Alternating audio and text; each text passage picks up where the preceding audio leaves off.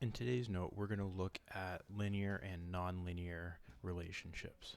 So we started off with an investigation where we looked at different patterns and we came up with the table of values for those associated patterns. So as you can see here, we've already filled those in. So pattern 1, pattern 2, and pattern 3 and pattern 4. And the next step to this investigation was to graph the relationships or the scatter plots all on one graph and take a look at the different patterns and see if there's anything similar or different. So as we went through and we graphed those patterns, this is what we came up with. So we have the different patterns here, one in blue, one in red, one in purple, and one in green.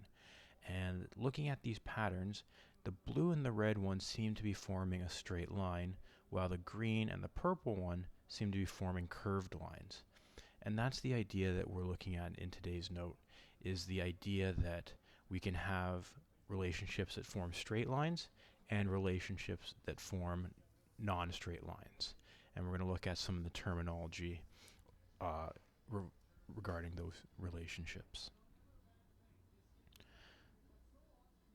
So as a quick review, if we want to recall the idea of adding a line of best fit to a scatter plot, we have to remember that the line of best fit should follow the trend and try to pass through as many points as possible. So looking at my scatter plot of hours spent studying and a score on a final exam, I'm going to draw my line of best fit like so.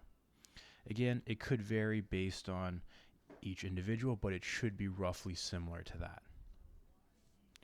So the next question is, what test score would you expect for someone who spent 4.5 hours studying? And again, the way we use our line of best fit to help us predict is that we go over on our graph to 4.5 hours, which is down here, and we follow that up until we hit our line. There we can draw a point and then continue it over to the other axis to get our other value. So that means, looking at this graph and my line of best fit, at 4.5 hours of studying, we would expect someone to get a score of 70%.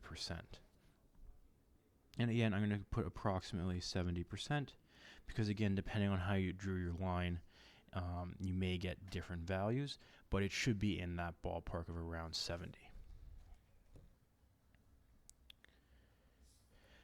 So the next question is, what type of prediction is this? And the idea is this prediction is a interpolation because what we're doing is looking inside our data, right? That point is in between our first and our last data point. If it was outside, it would be considered extrapolation. So moving into our note now, we're looking at linear and nonlinear relationships. So linear is what we've looked at already, and it is a relationship between two variables that forms a straight line when graphed. And if we want to model this, it is best modeled with a line of best fit, which we've looked at in the past.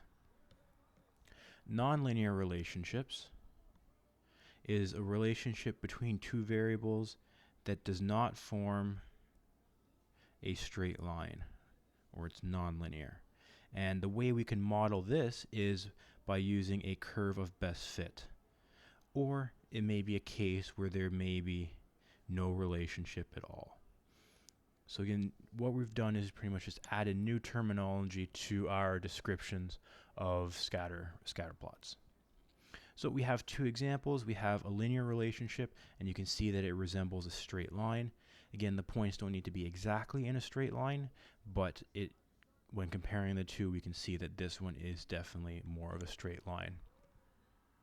If I wanted to model this or use some estimation, I need to draw a line of best fit, which would be like so. For our second example, a nonlinear relationship, we would need to use a curved line of best fit, or a curve of best fit. And again, you can see in this graph, we can't use a linear relationship to represent it because there is that curve to it. So it'd be something almost like that. So that is the difference between the two. So this is, again, another way to describe our relationship.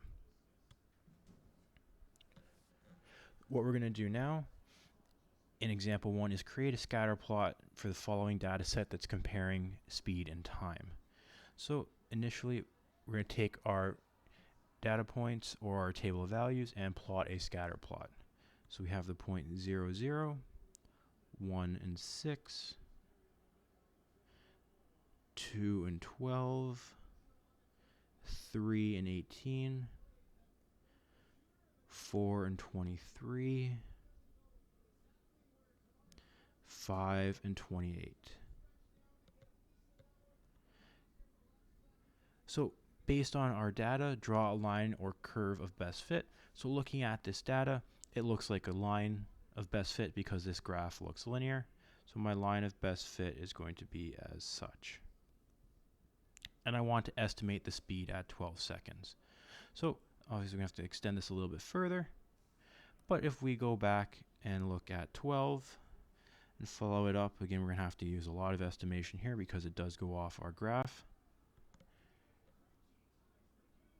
And if I roughly estimate it, I would say that this is, again, about approximately 70 meters per second.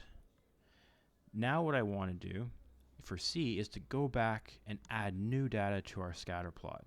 So 6 and 33, 7 and 37, 8 and 40, 9 and 42, 10 and 43, 11 and 43. So those are my new points. Now I need to describe the new trend in the full set of data. So what I have to do now is describe this trend. So now the data points do not look like a straight line. So what I would say now is that the trend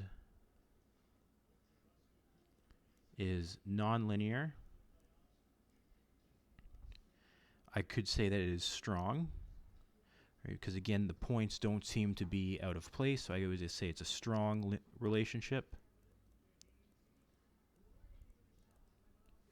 And if I want to describe it a bit more, I would say increases,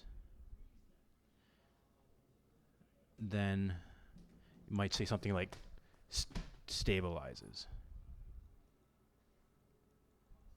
Basically, I'm talking about how